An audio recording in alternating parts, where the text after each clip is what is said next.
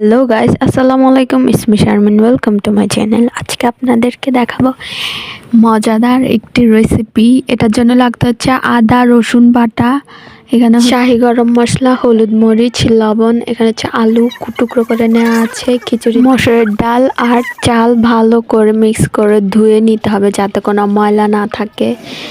আর নেওয়া হয়েছে মুরগির মাংসকে স্লাইস করা, অনেক সুন্দর করে টুকরো করে নিয়ে এটা ধুয়ে নেওয়া হয় যাতে করে এতে কোনো বর্জ্য ময়লা না থাকে। ভালো করে ধুয়ে নিতে হবে। এটা হচ্ছে যেটা আমার নানু করতেছিল মুরগির মাংস।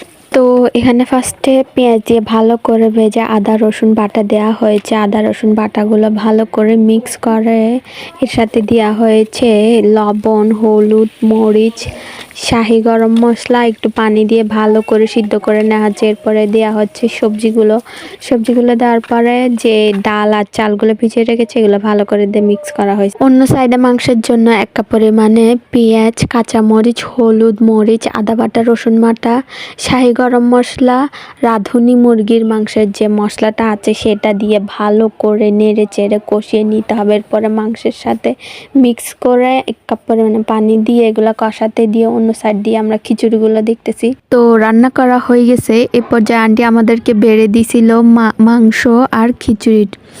অনেক মজা হয়েছিল, কালারটা অনেক সুন্দর হয়েছে। তো ভিডিওটা ভালো লাগলে লাইক কমেন্ট শেয়ার করবেন। আল্লাহ হাফেজ, আসসালামু আলাইকুম। আর আমার আন্টির জন্য অনেক অনেক দোয়া করবেন, যেহেতু আমাদেরকে অনেক ভালো করে মজাদার রেসিপি রান্না করে খাওয়াতে পারে। আল্লাহ হাফেজ।